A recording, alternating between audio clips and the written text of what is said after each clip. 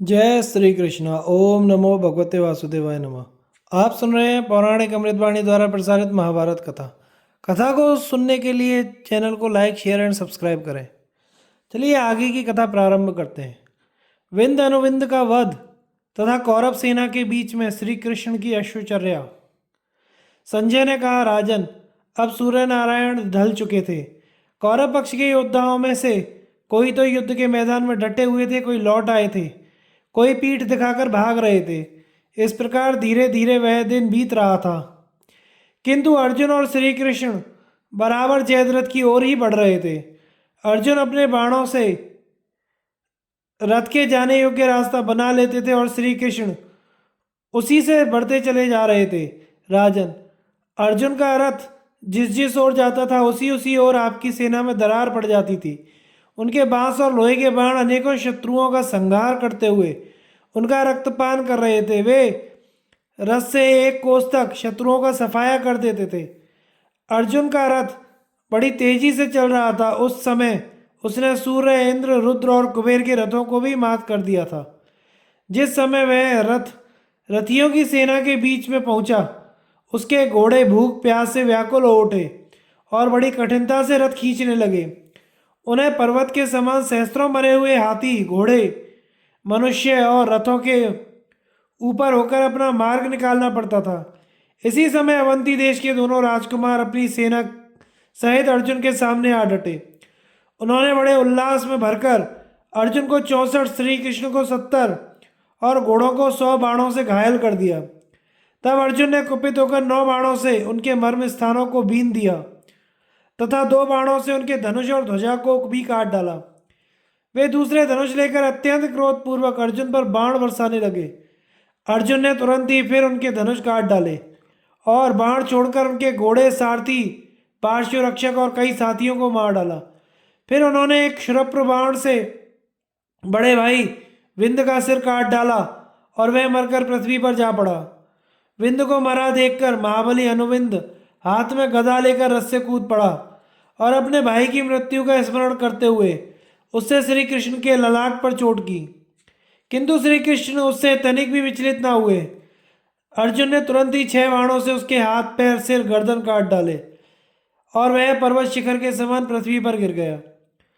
विंद और अनुविंद को मरा देखकर उनके साथी अत्यंत कुपित होकर सहस्त्रों बाण बरसाते हुए अर्जुन की ओर दौड़े। अर्जुन ने बड़ी फुर्ती से अपने बाणों द्वारा उनका सफाया कर दिया और वे आगे बढ़े। फिर उन्होंने धीरे धीरे श्री कृष्ण से कहा, घोड़े बाणों से बहुत व्यथित हो रहे हैं और बहुत थक गए हैं। जयद्रथ अभी भी दूर है। ऐसी स्थिति में इस समय आपको क्या करना उचित जान पड़ता है? मेरे विचार से तो जो बात ठीक जान पड़ती है वह मैं कहता हूँ, सुनिए। आप मजे से घोड़ों को छोड़ दीजिए और इनके बाण निकाल दीजिए।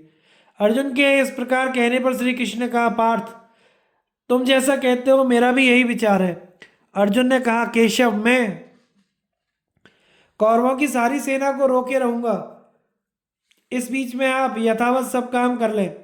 ऐसा कहकर अर्जुन रथ से उतर पड़े और बड़ी सावधानी से धनुष लेकर पर्वत के समान अविचल भाव से खड़े हो गए।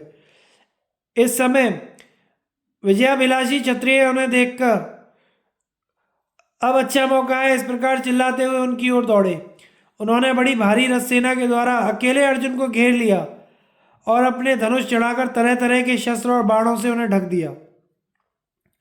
किंतु वीर अर्जुन ने अपने अस्त्रों से उनके अस्त्रों को सब ओर से रोककर उन सभी को अनेकों बाणों से आच्छादित कर दिया। कौरवों की असंख्य सेना अपार समुद्र के समान थी।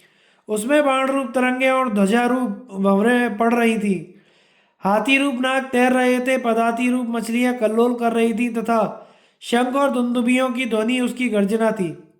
अगणित रथावली और उसकी अनंत तरंगमाला थी। पगड़ियां कछुए थे, छत्र पताकाएं फेन थे। हाथियों के शरीर मानो शिलाएं थीं। अर्जुन ने तटरूप होकर उसे अपने बाणों से रोक रखा था। धृतराष्ट्र ने पूछा, संजय, जब अर्जुन और श्री कृष्ण पृथ्वी पर खड़े हुए थे तो ऐसा अवसर पाकर कौरव लोग अर्जुन को क्यों नहीं मार सके? संजय ने कहा, राजन, जिस प्रकार लोभ अकेला ही सारे गुणों को रोक देता है, उसी प्रकार अर्जुन ने पृथ्वी पर खड़े होने पर भी रथों पर चढ़े हुए समस्त राजाओं को रोक रखा था। इसी समय श्री कृष्ण ने घबराकर अपने प्रिय सखा अर्जुन से कहा, अर्जुन, यहाँ रणभूमि में कोई अच्छा जलाशय नहीं है, तुम्हारे घोड़े पानी पीना नहीं चाहते। इस पर अर्जुन ने तुरंत ही अस्त्र द्वारा पृथ्वी को फोड़कर घोड़ों के पानी पीने योग्य एक सुंदर सरोवर बना दिया। यह सरोवर बहुत विस्तृत और स्वच्छ जल से भरा हुआ था। एक क्षण में ही तैयार किए हुए उस सरोवर को देखने के लिए वहां नारद मुनि भी पधारे। इसमें अद्भुत कर्म करने वाले अर्जुन ने एक बाणों का घर बना दिया, जिसके खंभे बांस और छत बाणों के ही थे। उसे देखकर श्री कृष्ण हंसे और बोले, खूब बनाया। इसके बाद वे तुरंत ही रथ से कूद पड़े और उन्होंने बाणों से बिधे हुए घोड़ों को खोल दिया। अर्जुन का यह अभूतपूर्व पराक्रम देखकर सिद्धचारण और सैनिक लोग वाह वाह की ध्वनि करने लगे। सबसे बढ़कर आश्चर्य की बात यह हुई कि बड़े बड़े महारथी भी पैदल अर्जुन से युद्ध करने पर भी उन्हें पीछे न हटा सके। कमल नयन श्री कृष्ण मानो स्त्रियों के बीच में खड़े हों, इस प्रकार मुस्कुराते हुए घोड़ों को अर्जुन के बनाए हुए बाणों के घर में ले गए और आपके सब सैनिकों के सामने ही निर्भय होकर उन्हें लिटाने लगे। वे अश्वचर्या में उस्ताद तो है ही। थोड़ी देर में उन्होंने घोड़ों के श्रम, ग्लानि, कंप और घावों को दूर कर दिया तथा अपने कर कमलों से उनके बाण निकालकर मालिश करके और पृथ्वी पर लिटाकर उन्हें जल पिलाया। इस प्रकार जब वे नहाकर, जल पीकर और घास खाकर ताजे हो गए तो उन्हें फिर रथ में जोत दिया। इसके बाद वे अर्जुन के साथ फिर उस रथ पर चढ़कर बड़ी तेजी से चले। इस समय आपके पक्ष के योद्धा कहने लगे, अहो, श्री कृष्ण और अर्जुन हमारे रहते निकल गए और हम उनका कुछ भी ना बिगाड़ सके। हमें धिक्कार है, हमें धिक्कार है। बालक जैसे खिलौने की परवाह नहीं करता, उसी प्रकार एक ही रथ में चढ़कर हमारी सेना को कुछ भी ना समझकर आगे बढ़ गए। उनका ऐसा अद्भुत पराक्रम देखकर उनमें से कोई राजा कहने लगे, अकेले दुर्योधन के अपराध से ही सारी सेना, राजा धृतराष्ट्र और संपूर्ण भूमंडल नाश की ओर बढ़ रहे हैं। किंतु राजा धृतराष्ट्र की समझ में यह बात अभी तक नहीं बैठती। कौरव पक्ष के वीर जब इस प्रकार बातें कर रहे थे, सूर्य नारायण अस्ताचल की ओर ढल चुके थे। इसलिए अर्जुन बड़ी तेजी से जयद्रथ की ओर बढ़ रहे थे। कोई भी योद्धा उन्हें रोक नहीं पाता था। उन्होंने सारी सेना के पैर उखाड़ दिए। श्री कृष्ण सेना को रौंदते हुए बड़ी तेजी से घोड़ों को हाँक रहे थे। अपने पांचजन्य शंख की ध्वनि करते जाते थे। यह देखकर शत्रु पक्ष के रथी बहुत उदास हो गए। धूल के कारण इस समय सूर्यदेव भी बहुत ढक गए थे तथा बाणों से व्यथित होने के कारण सैनिक लोग श्री कृष्ण और अर्जुन की ओर देख भी नहीं पाते थे।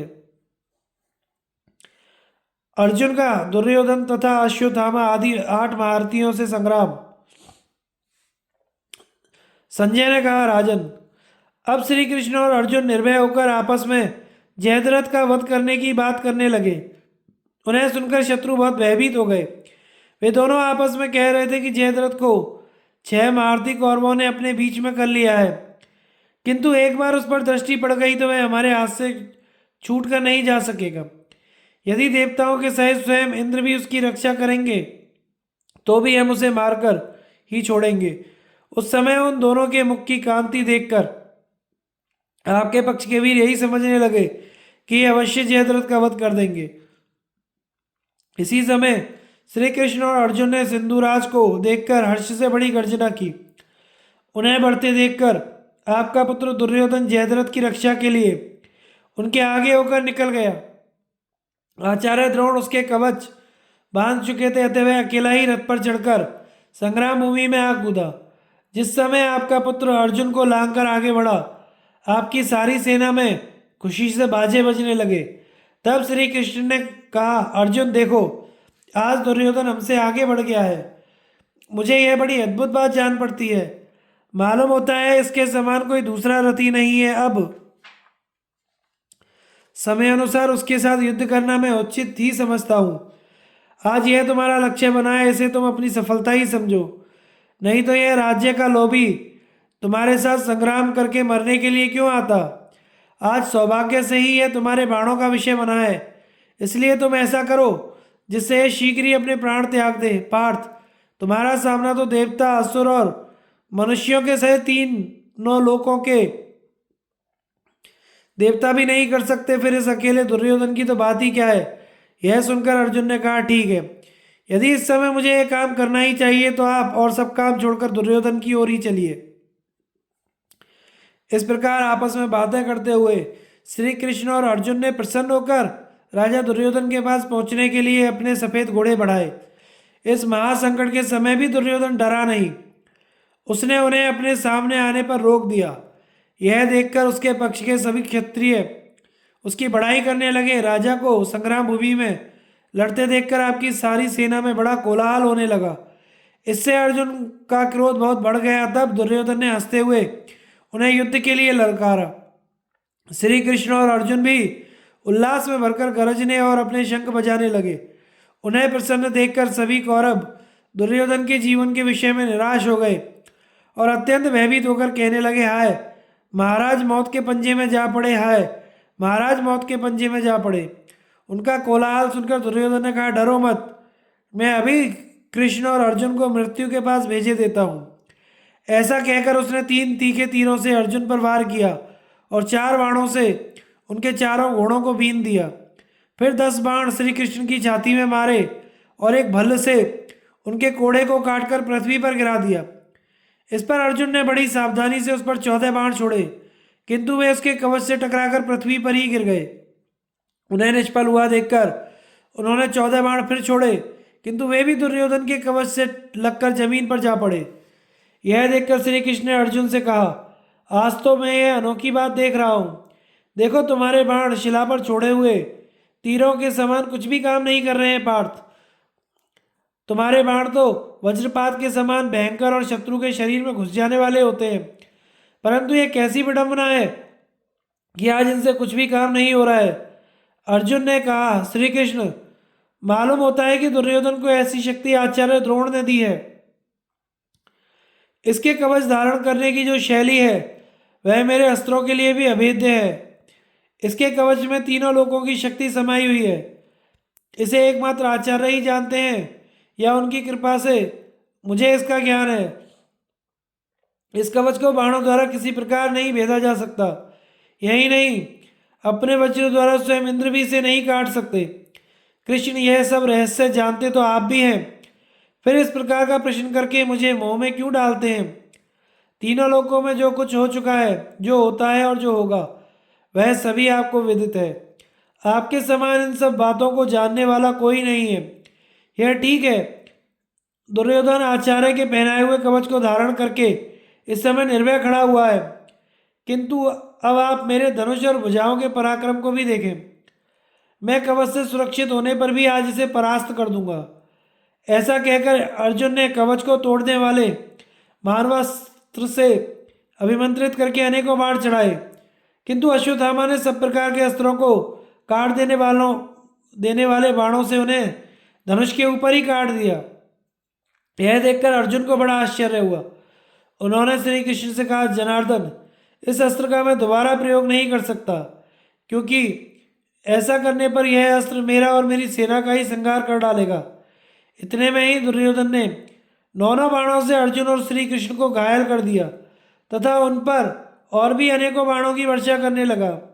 उसकी भीषण बाण वर्षा देखकर आपके पक्ष के वीर बड़े प्रसन्न हुए और बाजों की ध्वनि करते हुए सिंहनाद करने लगे। तब अर्जुन ने अपने काल के समान कराल और तीखे बाणों से दुर्योधन के घोड़े और दोनों पार्श्व रक्षकों को मार डाला। फिर उसके धनुष और दस्तानों को भी काट दिया। इस प्रकार उसे रथहीन करके 2 बाणों से उसकी हथेलियों को पींधा और उसके नखों के भीतरी मांस को छेद कर उसे ऐसा व्याकुल कर दिया कि वह भागने की चेष्टा करने लगा। दुर्योधन को इस प्रकार आपत्ति में पड़ा देखकर अनेकों धनुर्धर वीर उसकी रक्षा के लिए दौड़ पड़े। उन्होंने अर्जुन को चारों ओर से घेर लिया। जनसमूह से घिर जाने और भीषण बाण वर्षा के कारण उस समय ना तो अर्जुन ही दिखाई देते थे और ना ही श्री कृष्ण, यहाँ तक कि उनका रथ भी आंखों से ओझल हो गया था। तब अर्जुन ने गांडीव धनुष खींचकर भीषण टंकार की और भारी बाण वर्षा करके शत्रुओं का संहार आरंभ कर दिया। श्री कृष्ण उच्च स्वर से 5 जने शंख बजाने लगे उस शंख के नाद और गांडीव की टंकार से भयभीत होकर बलवान और दुर्बल सभी पृथ्वी पर लौटने लगे तथा पर्वत, समुद्र, द्वीप, पाताल सहित सारी पृथ्वी गूंज उठी। आपकी ओर के अनेकों वीर श्री कृष्ण और अर्जुन को मारने के लिए बड़ी फुर्ती से दौड़ आए। भूरिश्रवा, शल, कर्ण, वृषसेन, जयद्रथ, कृपाचार्य, शल्य, अश्वत्थामा, इन 8 वीरों ने एक साथ ही उन पर आक्रमण कर दिया। उन सबके साथ राजा दुर्योधन ने जयद्रथ की रक्षा के उद्देश्य से उन्हें चारों ओर से घेर लिया। अश्वत्थामा ने 73 बाणों से श्री कृष्ण पर और 3 से अर्जुन पर वार किया तथा 5 बाणों से उनकी ध्वजा और घोड़ों पर भी चोट की। इस पर अर्जुन ने अत्यंत कुपित होकर अश्वत्थामा पर 600 बाण छोड़े और 10 बाणों से कर्ण और 3 से वृषसेन को बींधकर राजा शल्य के बाण सहित धनुष को काट डाला। शल्य ने तुरंत ही दूसरा धनुष लेकर अर्जुन को घायल कर दिया। फिर उन्हें भूरिश्रवा ने 3, कर्ण ने 32, वृषसेन ने 7, जयद्रथ ने 73, कृपाचार्य ने 10 और मद्रराज ने 10 बाणों से बीन डाला। इस पर अर्जुन हंसे और अपने हाथ की सफाई दिखाते हुए उन्होंने कर्ण को 12, वृषसेन पर 3 बाण छोड़कर शल्य को बाण सहित धनुष को काट डाला। फिर 8 बाणों से अश्वत्थामा को, 25 से कृपाचार्य को और 100 से जयद्रथ को घायल कर दिया। इसके बाद उन्होंने अश्वत्थामा पर 70 बाण और भी छोड़े। तब भूरिश्रवा ने कुपित होकर श्री कृष्ण का कोड़ा काट डाला, अर्जुन पर 73 बाणों से वार किया। इस पर अर्जुन ने 100 बाणों से उन सब शत्रुओं को आगे बढ़ने से रोक दिया। शकटव्यूह के मुहाने पर कौरव और पांडव पक्ष के वीरों का संग्राम तथा कौरव पक्ष के कई वीरों का वध।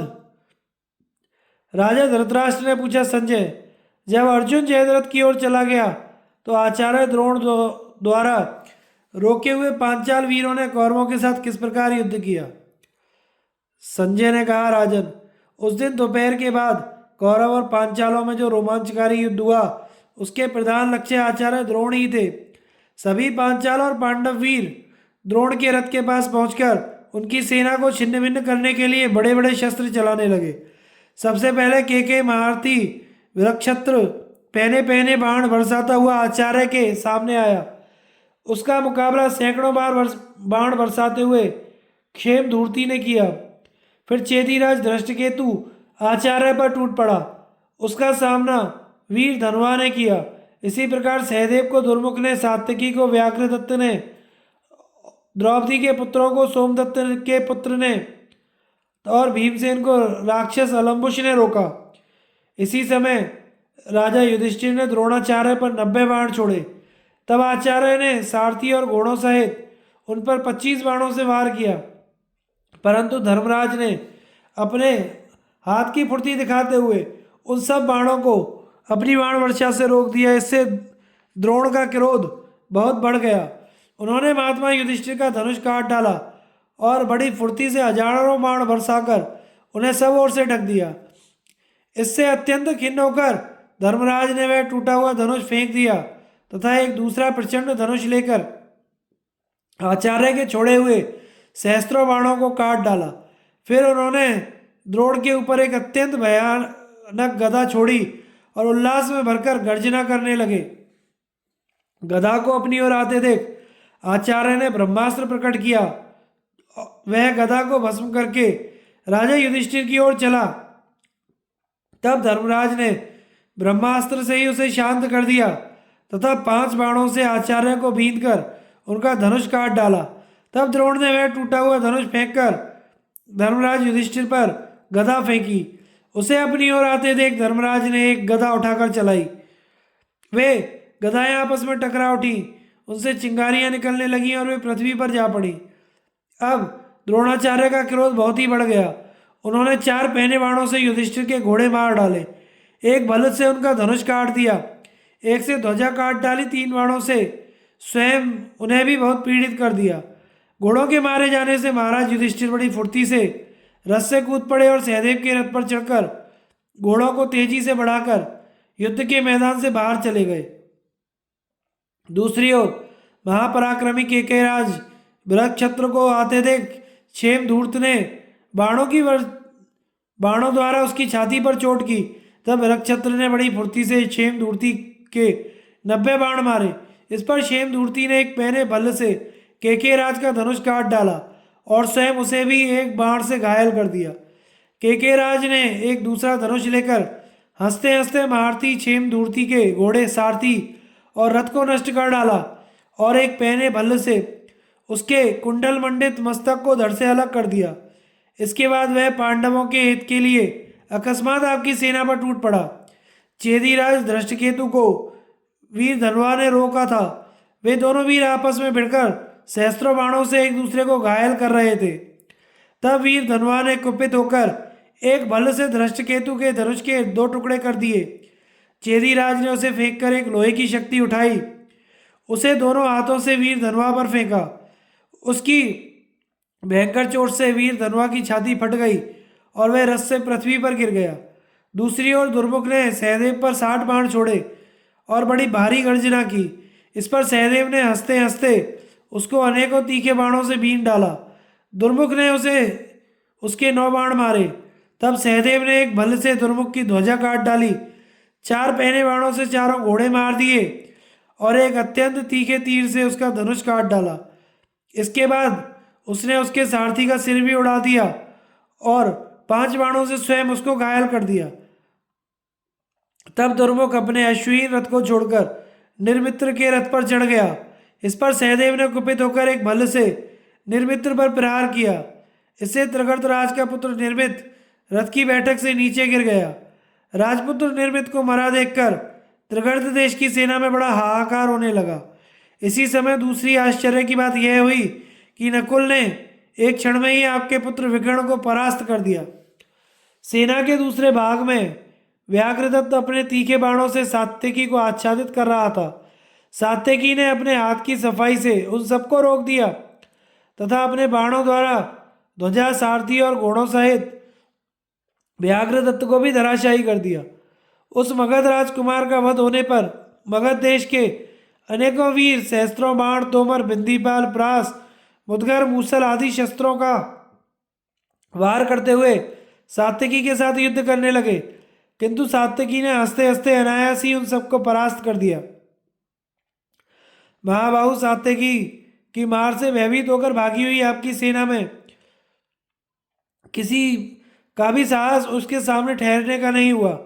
यह देखकर द्रोणाचार्य जी को बड़ा क्रोध हुआ और वे स्वयं ही उस पर टूट पड़े।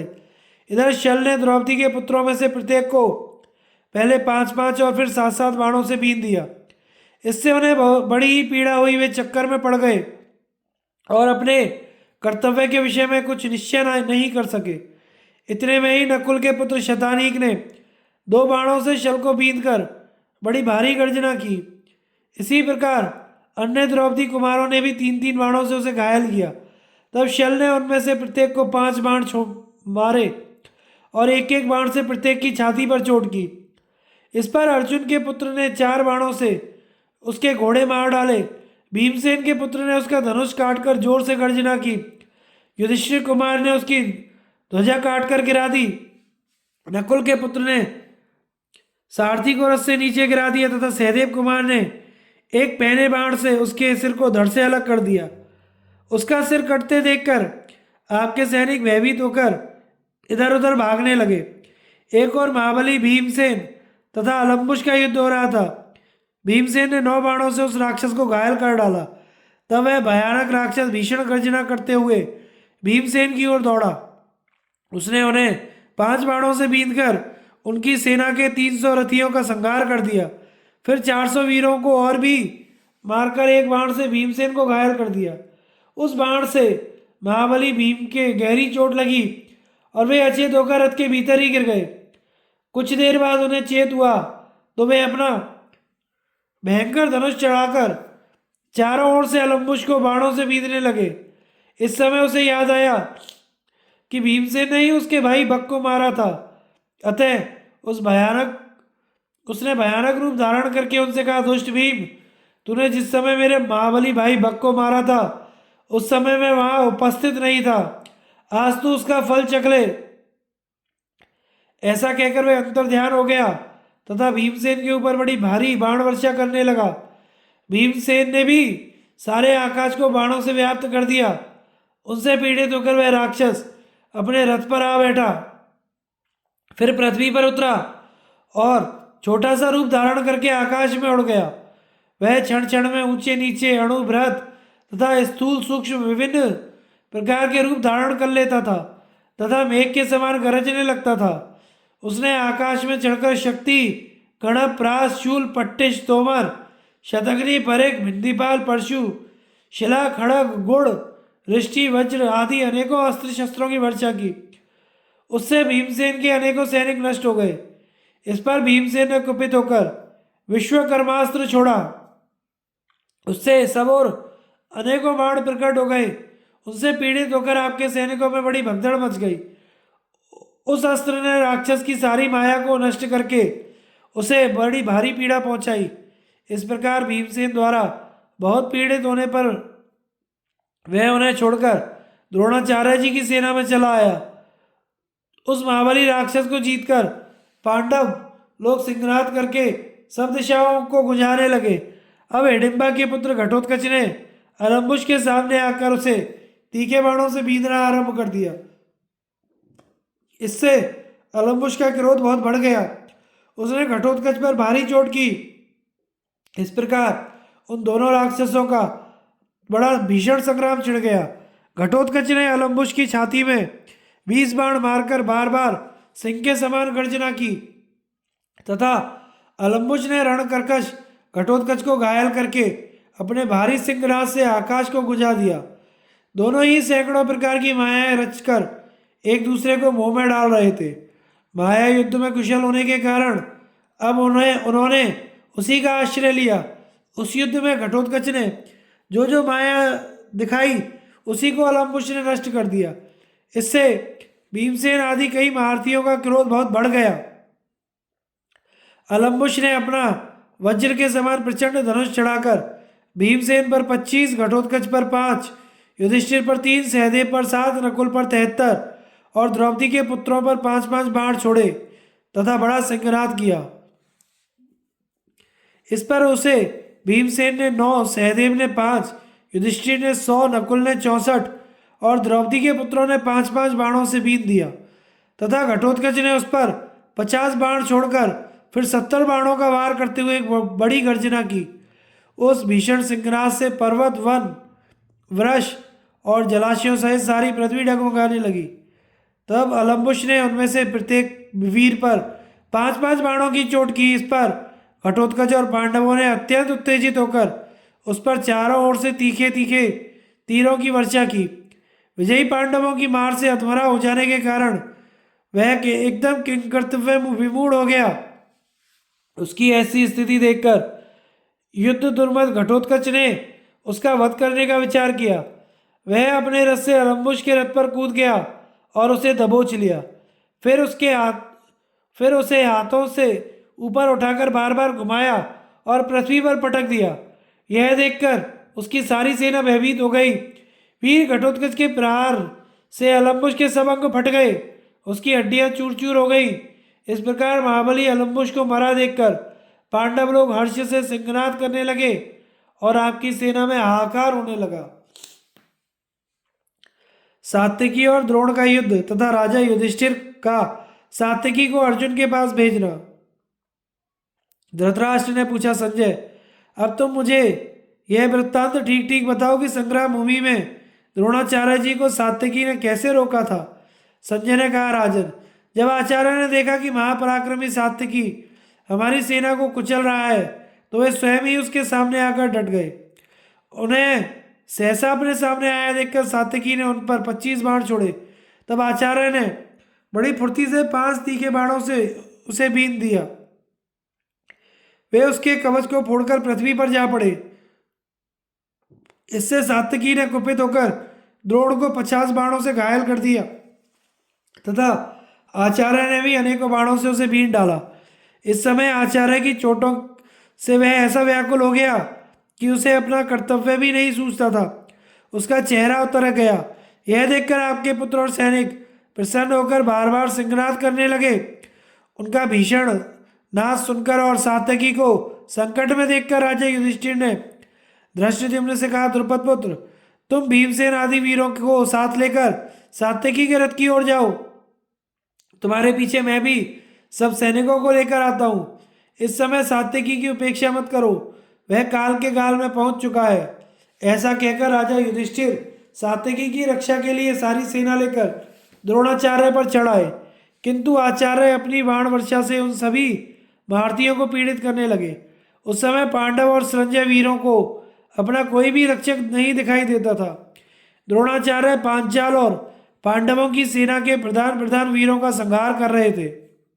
उन्होंने सैकड़ों हजारों पांचाल, संजय, मत्स्य और के वीरों को परास्त कर दिया। उनके बाणों से बिंधे हुए योद्धाओं का बड़ा आर्तनाद हो रहा था। उस समय देवता, गंधर्व और पितरों के मुख से भी यही शब्द निकल रहे थे कि देखो, ये पांचाल और पांडव महारथी अपने सैनिकों के सहित भागे जा रहे हैं। जिस समय यह वीरों का भीषण संहार हो रहा था, उसी समय राजा युधिष्ठिर के कानों में पांचजन्य शंख की ध्वनि पड़ी। इससे वे उदास होकर विचारने लगे, जिस प्रकार यह पांचजन्य की ध्वनि हो रही है और कौरव लोग हर्ष में भरकर बार बार कोलाहल करते हैं, उससे मालूम होता है कि अर्जुन पर कोई आपत्ति आ पड़ी है। इस विचार के उठने से उनका हृदय व्याकुल हो उठा और उन्होंने गदगद कंठ होकर सात्यकी से कहा, शनिपुत्र, पूर्व काल में सत्पुरुषों ने संकट के समय मित्र का जो धर्म निश्चय किया है, इस समय उसे दिखाने का अवसर आ गया है। मैं सब योद्धाओं की ओर देखकर विचार करता हूँ तो तुमसे बढ़कर मुझे अपना कोई हितु दिखाई नहीं देता, और मेरा ऐसा विचार है कि संकट के समय उसी से काम लेना चाहिए जो अपने से प्रीति रखता हो और सर्वदा अपने अनुकूल भी रहता हो। तुम श्री कृष्ण के समान पराक्रमी हो, उन्हीं की तरह पांडवों के आश्रय भी हो। मैं तुम्हारे ऊपर एक भार रखना चाहता हूँ, उसे तुम ग्रहण करो। इस समय तुम्हारे बंधु, सखा और गुरु अर्जुन पर संकट है। तुम संग्राम भूमि में उनके पास जाकर सहायता करो। जो पुरुष अपने मित्र के लिए जूझता हुआ प्राण त्याग देता है और जो ब्राह्मणों को पृथ्वी दान करता है, वे दोनों समान ही हैं। मेरी दृष्टि में मित्रों को अभय देने वाले एक तो श्री कृष्ण हैं, दूसरे तुम हो। वे भी मित्रों के लिए अपने प्राण समर्पण कर सकते हैं। देखो, जब एक पराक्रमी वीर विजयश्री की लालसा से संग्राम में जूझने लगता है तो वह वीर पुरुष ही उसकी सहायता कर सकता है, अन्य साधारण पुरुषों का यह काम नहीं है। अतः ऐसे भीषण युद्ध में अर्जुन की रक्षा करने वाला तुम्हारे सिवा और कोई नहीं है। अर्जुन ने भी तुम्हारे सैकड़ों कर्मों की प्रशंसा करते हुए उससे कई बार कहा था कि सात्यकी मेरा मित्र और शिष्य है, मैं उसे प्रिय हूँ और वह मुझे प्यारा है। मेरे साथ रहकर वही कौरवों का संहार करेगा। उसके समान मेरा सहायक कोई दूसरा नहीं हो सकता। जिस समय मैं तीर्थाटन करता हुआ द्वारका पहुंचा था, उस समय भी मैंने अर्जुन के प्रति तुम्हारा अद्भुत भक्तिभाव देखा था। इस समय द्रोण से कवच बंधवाकर दुर्योधन अर्जुन की ओर गया है। दूसरे कई महारथी तो वहां पहले ही पहुंचे हुए हैं, इसलिए तुम्हें बहुत जल्द जाना चाहिए। भीमसेन और हम सब लोग सैनिकों के सहित तैयार खड़े हैं। यदि द्रोणाचार्य ने तुम्हारा पीछा किया तो हम उन्हें यहीं रोक लेंगे। देखो, हमारी सेना संग्राम भूमि से भागने लगी है। रथी, घुड़सवार और पैदल सेना के इधर उधर भागने से सब और धूल उड़ रही है। मालूम होता है कि अर्जुन को सिंधु सौवीर देश के वीरों ने घेर लिया है। ये सब जयद्रथ के लिए अपने प्राण देने को तैयार हैं, इसलिए इन्हें परास्त किए बिना जयद्रथ को नहीं जीता जा सकता। आज महाबाहु अर्जुन ने सूर्योदय के समय कौरवों की सेना में प्रवेश किया था। अब दिन ढल रहा है, पता नहीं अब तक वह जीवित है या नहीं। कौरवों की सेना समुद्र के समान अपार है। संग्राम में एकाएक ही देवता लोग भी इसके सामने नहीं टिक सकते। इसमें अर्जुन ने अकेले ही प्रवेश किया है। उसकी चिंता के कारण आज युद्ध करने में मेरी बुद्धि कुछ भी काम नहीं कर रही है। जगतपति श्री कृष्ण तो दूसरों की भी रक्षा करने वाले हैं, इसलिए उनकी मुझे कोई चिंता नहीं है। मैं तुमसे सच कहता हूँ, यदि तीनों लोग मिलकर भी श्री कृष्ण से लड़ने आए तो उन्हें भी वे संग्राम में जीत सकते हैं। फिर इस धृतराष्ट्र पुत्र की अत्यंत बलहीन सेना की तो बात ही क्या है, किंतु अर्जुन में यह बात नहीं है। उसे यदि बहुत से योद्धाओं ने मिलकर पीड़ा पहुंचाई तो वह प्राण छोड़ देगा। अतः जिस मार्ग से अर्जुन गया है उसी से तुम भी बहुत जल्द उसके पास जाओ। आज वृषणिवंशी वीरों में तुम और महाबाहु बाहु प्रद्युम्न दो ही अतिरथी समझे जाते हो। तुम अस्त्र संचालन में साक्षात नारायण के समान, बल में बलराम जी के समान और पराक्रम में स्वयं अर्जुन के समान हो। अतः मैं तुम्हें जो काम सौंप रहा हूँ उसे पूरा करो। इस समय प्राणों की परवाह छोड़कर संग्राम भूमि में निर्भय होकर विचरो। भैया देखो, अर्जुन तुम्हारा गुरु है और श्री कृष्ण तुम्हारे और अर्जुन दोनों के ही गुरु हैं। इस कारण से भी मैं तुम्हें जाने का आदेश दे रहा हूँ। तुम मेरे कथन को टाल मत देना, क्योंकि मैं भी तुम्हारे गुरु का गुरु हूँ। इसमें श्री कृष्ण का, अर्जुन का और मेरा एक ही मत है। इसलिए तुम मेरी आज्ञा मानकर अर्जुन के पास जाओ। धर्मराज के इस प्रेमयुक्त, मधुर, समायोचित और युक्ति युक्त कथन को सुनकर सात्यकी ने कहा, राजन, आपने अर्जुन की सहायता के लिए मुझसे जो न्याययुक्त बात कही है वह मैंने सुनी। वैसा करने से मेरा यश ही बढ़ेगा। अर्जुन के लिए मुझे अपने प्राणों को बचाने का तनिक भी लोभ नहीं है। और आपकी आज्ञा होने पर इस संग्राम भूमि में ऐसा कौन काम है जो मैं ना करूं। इस दुर्बल सेना की तो बात ही क्या है।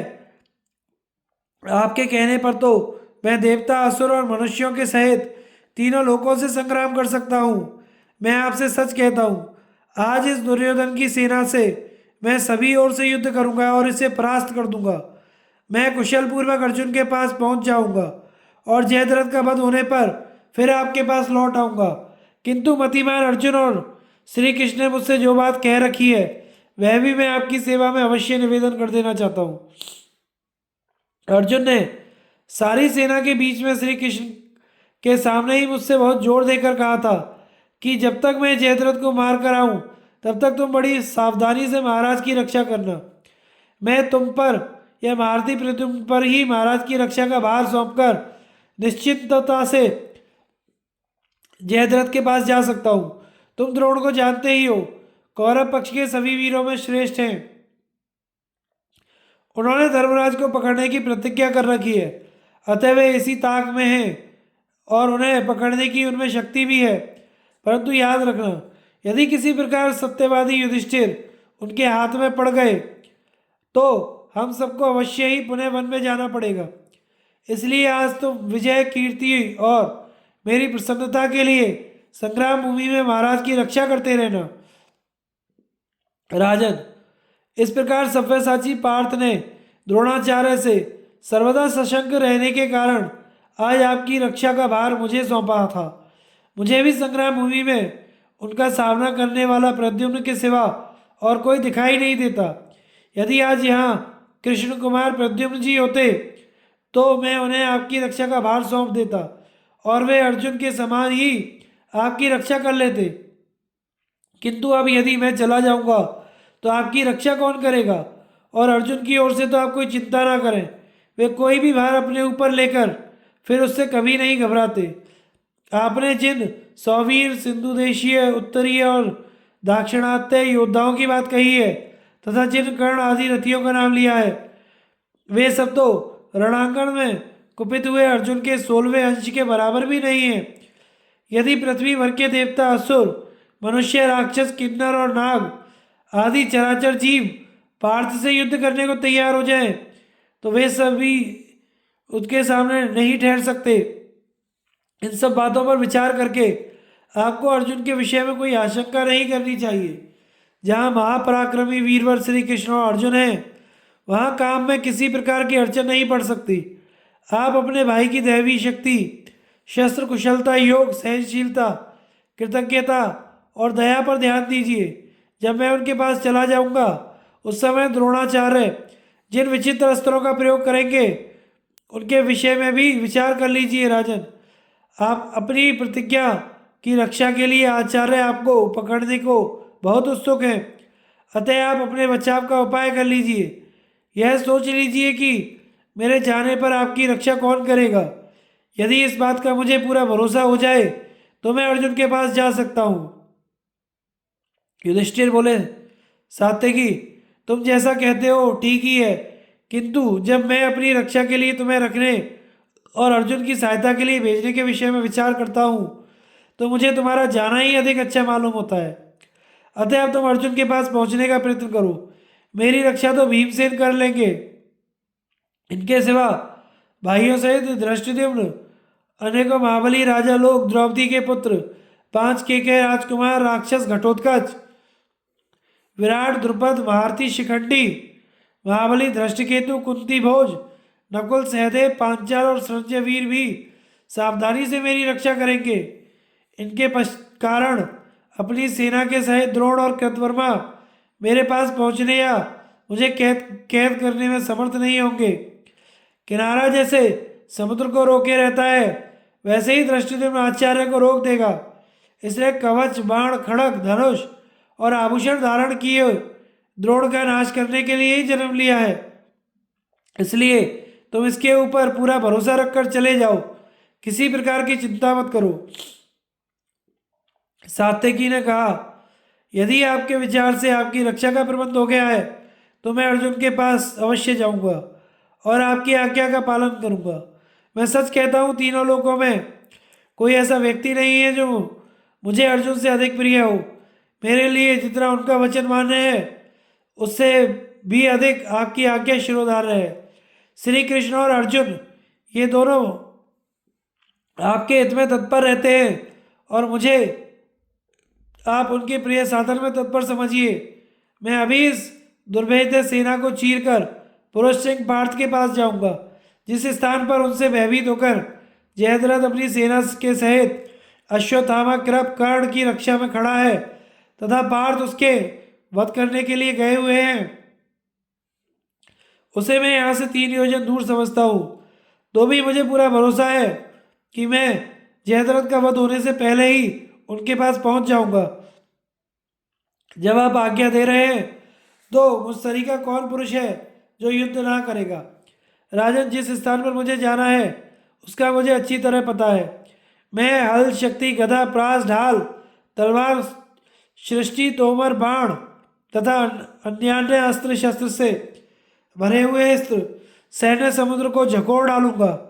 इसके पश्चात महाराज युधिष्ठिर की आज्ञा से सात्यकी अर्जुन से मिलने के लिए आपकी सेना में घुस गया।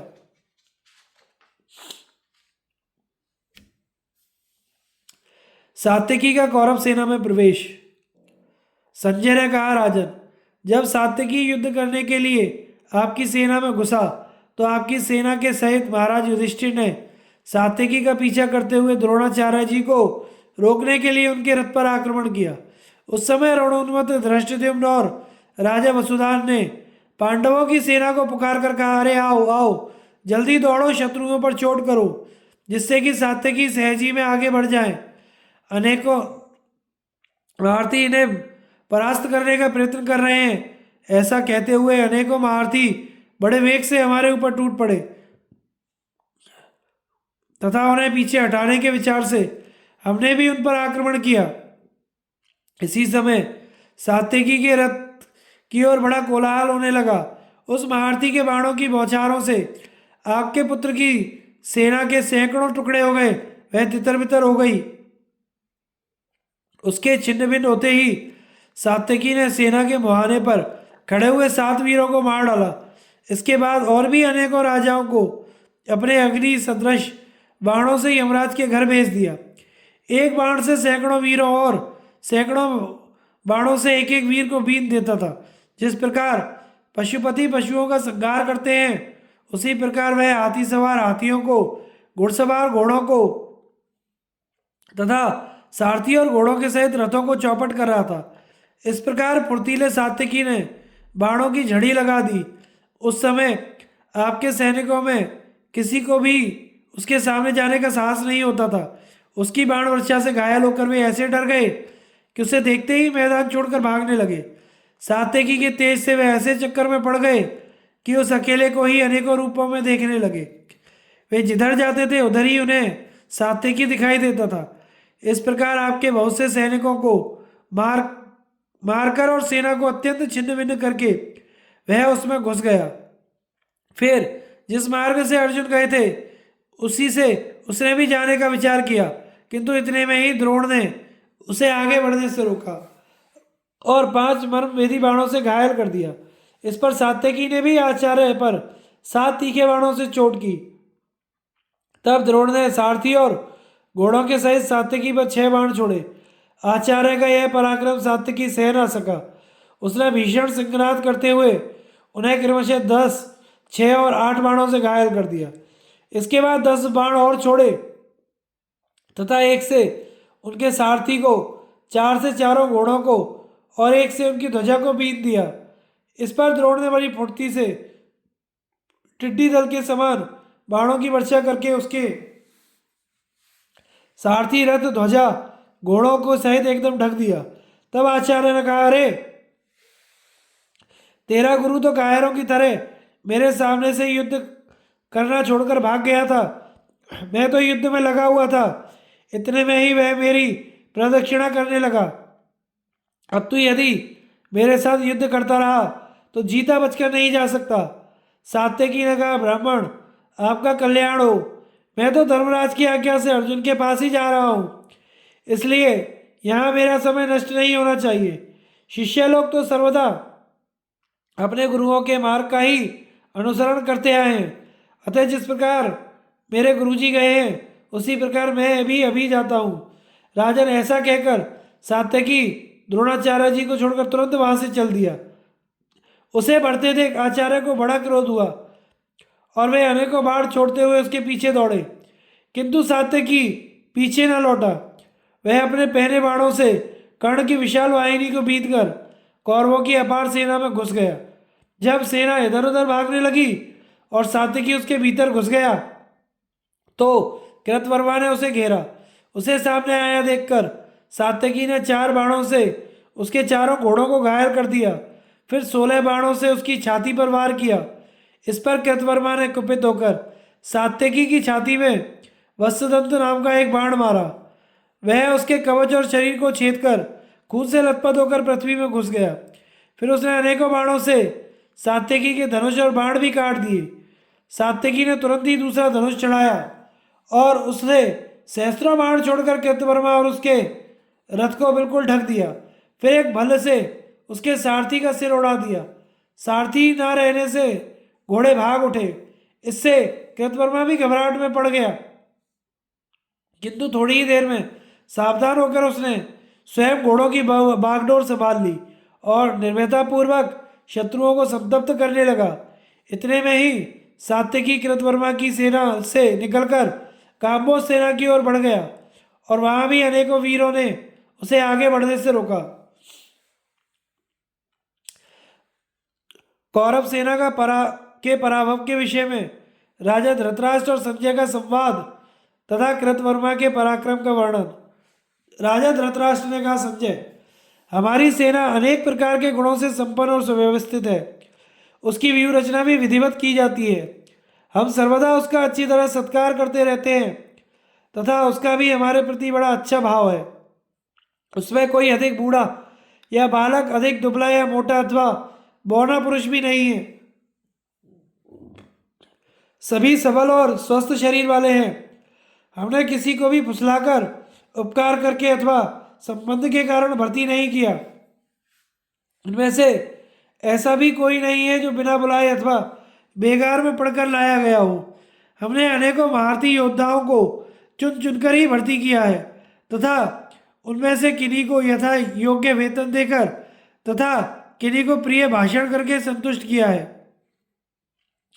हमारी सेना में ऐसा योद्धा एक भी नहीं है जिसे थोड़ा वेतन मिलता हो अथवा वेतन मिलता ही ना हो। मैंने, मेरे पुत्रों ने तथा हमारे बंधु बांधवों ने सभी का दान, मान और आसन आदि से सत्कार किया है, किंतु फिर भी श्री कृष्ण और अर्जुन सही सलामत हमारी सेना में घुस गए। कोई उनका बाल भी बांका नहीं कर सका। यहाँ तक कि सात्यकी ने भी उन्हें कुचल डाला। इसमें भाग्य के सिवा और किसे दोष दिया जाए। अच्छा, जब दुर्योधन ने अर्जुन को जयद्रथ के सामने खड़ा देखा और सात्यकी को निर्भयता से अपनी सेना में घुसते पाया तो उसने उस समय पर अपना क्या कर्तव्य निश्चय किया। मैं तो यही समझता हूँ कि अर्जुन और सात्यकी को अपनी सेना लांघते और कौरव योद्धाओं को युद्ध स्थल से भागते देखकर मेरे पुत्र बड़ी चिंता में पड़ गए होंगे। इस समय सात्यकी के सहित श्री कृष्ण और अर्जुन के अपनी सेना में प्रवेश की बात सुनकर मैं बड़ी घबराहट में पड़ गया हूँ। अच्छा, जब द्रोणाचार्य ने पांडवों को व्यू के द्वार पर रोक लिया तो वहां उनके साथ किस प्रकार युद्ध हुआ, यह मुझे सुनाओ। और यह भी बताओ कि अर्जुन ने सिंधुराज जयद्रथ का वध करने के लिए क्या उपाय किया। संजय ने कहा, राजन, यह सारी विपत्ति आपके अपराध से ही आई है, इसलिए अन्य साधारण पुरुषों के समान आप इसके लिए चिंता ना करें। पहले जब आपके बुद्धिमान और सहृदय विदुर आदि ने कहा था कि आप पांडवों को राज्य से च्युत ना करें, तो आपने उनकी बात पर कोई ध्यान नहीं दिया। जो पुरुष अपने हितैषी सुहृदों की बात पर ध्यान नहीं देता, वह भारी आपत्ति में पड़कर आप ही की तरह चिंता किया करता है। श्री कृष्ण ने भी संधि के लिए आपसे बहुत प्रार्थना की थी, किंतु आपसे उनका भी मनोरथ सिद्ध नहीं हुआ। इससे ही आपकी गुणहीनता, पुत्रों के प्रति पक्षपात, धर्म पर अविश्वास, पांडवों के प्रति मत्सर और कुटिल भाव जानकर तथा आपके मुख से बहुत सी बेबसी की बातें सुनकर ही सर्वलोकेश्वर श्री कृष्ण ने कौरव पांडवों में यह भारी युद्ध खड़ा किया है। यह भीषण संहार आपके अपराध से ही हो रहा है। मुझे तो आगे या पीछे या मध्य में भी आपका कोई पुण्य कृत्य दिखाई नहीं देता। मेरे विचार से तो इस पराजय की जड़ आप ही हैं। अतः सावधान होकर जिस प्रकार यह भीषण संग्राम हुआ वह सुनिए।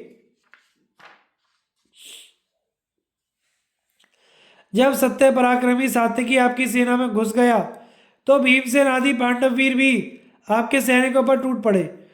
उन्हें बड़े क्रोध से धावा करते देख महारथी कृतवर्मा अकेले ही आगे बढ़ने से उन्हें रोक दिया। इस समय हमने कृतवर्मा का बड़ा ही अद्भुत पराक्रम देखा।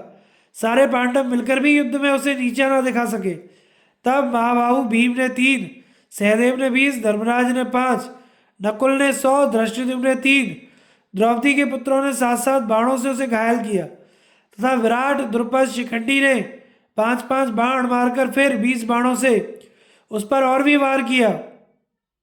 कृतवर्मा ने इन सभी वीरों को 5-5 बाणों से बींधकर भीमसेन पर 7 बाण छोड़े तथा उनके धनुष और ध्वजा काटकर रथ से नीचे गिरा दिया। इसके बाद उसने क्रोध में भरकर बड़ी तेजी से 70 बाणों द्वारा उनकी छाती पर फिर चोट की। कृतवर्मा के बाणों से अत्यंत घायल हो जाने से वे कांपने लगे और अचेत से हो गए। थोड़ी देर में जब होश हुआ तो भीमसेन ने उसकी छाती में 5 बाण मारे। इससे कृतवर्मा के सब अंग लहूलुहान हो गए। तब उसने क्रोध में भरकर 3 बाणों से भीमसेन पर वार किया तथा अन्य सब महारथियों को भी 3-3 बाणों से बींध दिया। इस पर उन सब ने भी उस पर 7-7 बाण छोड़े। कृतवर्मा ने एक क्षुरप्र बाण से शिखंडी का धनुष काट दिया। इससे कुपित होकर शिखंडी ने ढाल तलवार उठा ली और तलवार को घुमाकर कृतवर्मा के रथ पर फेंका। वह उसके धनुष और बाण को काटकर पृथ्वी पर जा पड़ी। कृतवर्मा ने तुरंत ही दूसरा धनुष लेकर प्रत्येक पांडव को 3-3 बाणों से बींध दिया तथा शिखंडी को 8 बाणों से घायल कर डाला। शिखंडी ने भी दूसरा धनुष लेकर अपने तीखे बाणों से कृतवर्मा को रोक दिया। इससे क्रोध में भरकर वह शिखंडी के ऊपर टूट पड़ा और इस समय अपने पहने बाणों से एक दूसरे को व्यथित करते हुए वे महारथी प्रलयकालीन सूर्यों के समान जान पड़ते थे। कृतवर्मा ने महारथी शिखंडी पर 73 बाणों से वार करके फिर उसे 7 बाणों द्वारा घायल कर डाला। इससे वह मूर्छित हो गया और उसके हाथ से धनुष बाण गिर गए। यह देखकर उसका सारथी बड़ी फुर्ती से रथ को रणांगन के बाहर ले गया।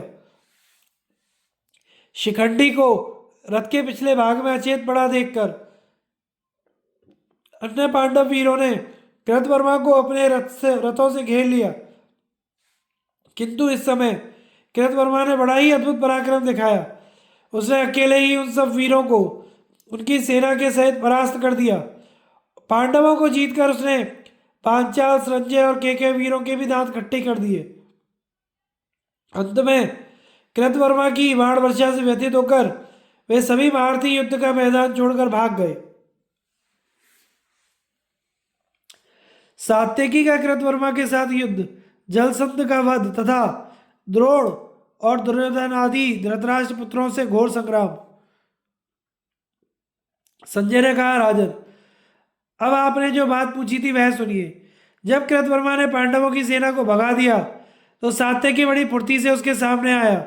कृतवर्मा ने उस पर तीखे बाणों की वर्षा आरंभ कर दी। इस पर सात्यकी ने बड़ी फुर्ती से उस पर एक भल्ल और 4 बाण छोड़े। बाणों से उसके घोड़े नष्ट हो गए तथा भल्ल से धनुष कट गया। फिर उसने अनेकों पहने बाणों से कृतवर्मा के पृष्ठ रक्षक सारथी को भी घायल कर दिया। इस प्रकार उसे रतीन करके महावीर सात्यकी ने अपने पहने बाणों से उसकी सेना की नाक में दम कर दिया। उस बाण वर्षा से पीड़ित होकर कृतवर्मा की सेना तितर बितर हो गई। तब सात्यकी आगे बढ़ा और बाणों की वर्षा करता हुआ गज सेना के साथ युद्ध करने लगा। वीर सात्यकी के छोड़े हुए वज्रतुल्य बाणों से व्यथित होकर लड़ाके हाथी युद्ध का मैदान छोड़कर भागने लगे। उनके दांत टूट गए, शरीर लोहलुहान हो गए, मस्तक और गंडे स्थल फट गए, कान, मुंह और सूंड छिन्न भिन्न हो गए, उनके महावत नष्ट हो गए, पताकाएं कटकर गिर गई, मर्म स्थान मिध गए, घंटे टूटकर गिर गए, ध्वजाएं टूट गई, सवार युद्ध में काम आ गए तथा अंबारियां गिर गई। सात्यकी ने नाराज वसुदंत, भल्ल, अंजलिक, क्षुरप्र और अर्धचंद्र नाम के बाणों से उन्हें बहुत ही घायल कर दिया। इससे वे चिंगारते, खून उगलते, मलमूत्र छोड़ते इधर उधर भागने लगे। इसी समय एक हाथी पर सवार हुआ महाबली जलसंध अपना धनुष घुमाता हुआ सात्यकी पर चढ़ आया। यह देखकर अब सात्यकी ने उसे हाथी को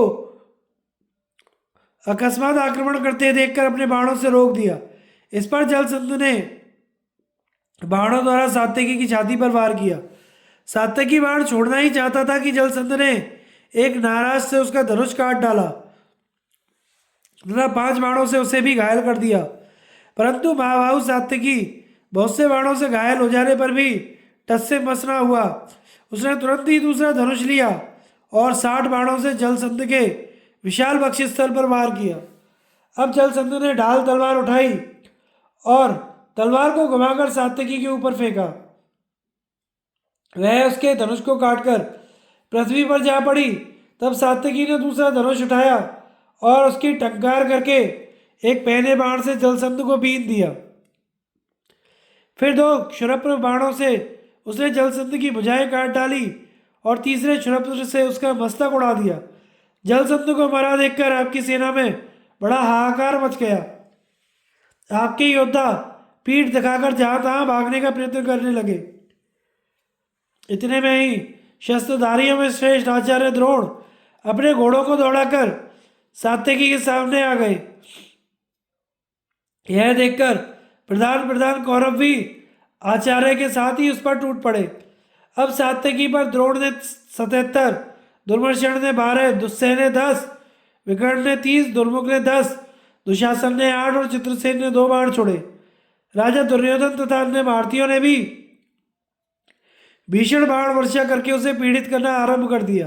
किंतु सात्यकी ने अलग अलग उन सभी बाणों का जवाब दिया।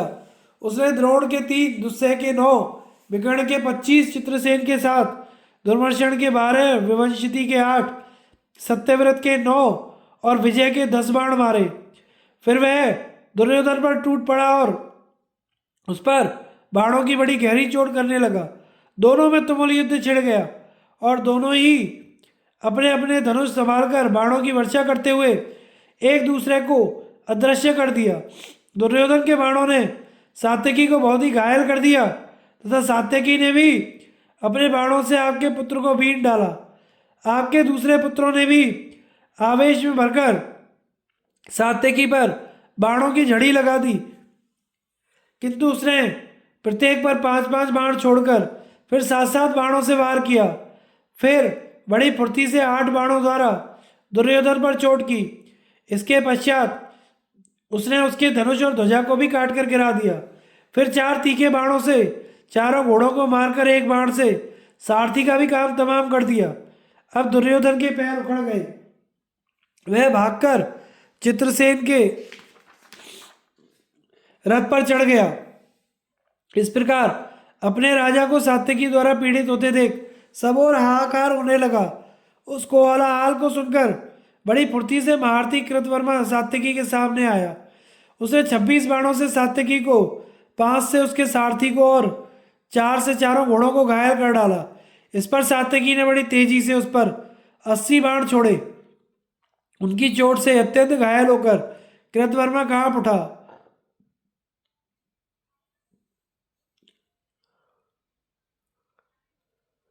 इसके बाद सात्यकी ने 63 बाणों से उसके चारों घोड़ों और 7 से सारथी को बीन डाला। फिर एक अत्यंत तेजस्वी बाण कृतवर्मा पर छोड़ा। वह उसके कवच को फोड़कर खून में लथपथ हुआ पृथ्वी पर गिर गया। उसकी चोट से कृतवर्मा का शरीर लहूलुहान हो गया। उसके हाथ से धनुष बाण गिर गए और वह अत्यंत पीड़ित होकर घुटनों के बल रथ की बैठक में गिर गया। इस प्रकार कृतवर्मा को परास्त करके सात्यकी आगे बढ़ा। अब द्रोणाचार्य उसके सामने आकर बाणों की वर्षा करने लगे। उन्होंने 3 बाणों से सात्यकी के ललाट पर चोट की और भी अनेकों बाणों से उस पर वार किया, परंतु सात्यकी ने 2-2 बाण मारकर उन सभी को काट दिया। इस पर आचार्य ने हंसकर पहले 30 और फिर 50 बाण छोड़े। इससे सात्यकी का क्रोध भड़क उठा। उसने 9 पहने बाणों से द्रोण पर वार किया तथा उनके सामने ही 100 बाणों से उनके सारथी और ध्वजा को भी बीन डाला। सात्यकी की ऐसी फुर्ती देखकर आचार्य ने 70 बाणों से उसके सारथी को बींध कर 3 से उसके घोड़ों पर चोट की। फिर एक बाण से रथ की ध्वजा काटकर दूसरे से उसका धनुष काट डाला। इस पर सात्यकी ने एक भारी गदा उठाकर द्रोण के ऊपर छोड़ी। उसे सहसा अपने ऊपर आते देख आचार्य ने बीच में ही अनेकों बाणों से उसे काटकर गिरा दिया। फिर उसने दूसरा धनुष ले उससे बहुत से बाण बरसाकर द्रोण की दाहिनी भुजा को घायल कर दिया। इससे उन्हें बड़ी पीड़ा हुई और उन्होंने एक अर्धचंद्र बाण से सात्यकी का धनुष काटकर एक शक्ति से उसके सारथी को मूर्छित कर दिया। इस समय सात्यकी ने बड़ा ही अतिमानुष कर्म किया। वह द्रोणाचार्य से युद्ध करता रहा, साथ ही घोड़ों की लगाम भी संभाले रहा। फिर उसने एक बाण से द्रोण के सारथी को पृथ्वी पर गिराकर उनके घोड़ों को बाणों द्वारा इधर उधर भगाना आरंभ कर दिया। वे उनके रथ को लेकर रणांगन में हजारों चक्कर काटने लगे। उस समय सभी राजा राजकुमार कोलाहल मचाने लगे, किंतु सात्यकी के बाणों से व्यथित होकर वे सब भी मैदान छोड़कर भाग गए। इससे आपकी सेना फिर अव्यवस्थित और तितर बितर होने लगी। सात्यकी के बाणों से पीड़ित होकर आचार्य के घोड़े हवा हो गए और उन्होंने फिर उन्हें व्यू के द्वार पर ही लाकर खड़ा कर दिया। आचार्य ने पांडव और पांचालों के प्रयत्न से अपने व्यू को टूटा हुआ देखकर फिर सात्यकी की ओर जाने का विचार छोड़ दिया और वे पांडव और पांचालों को आगे बढ़ने से रोककर व्यू की ही रक्षा करने लगे।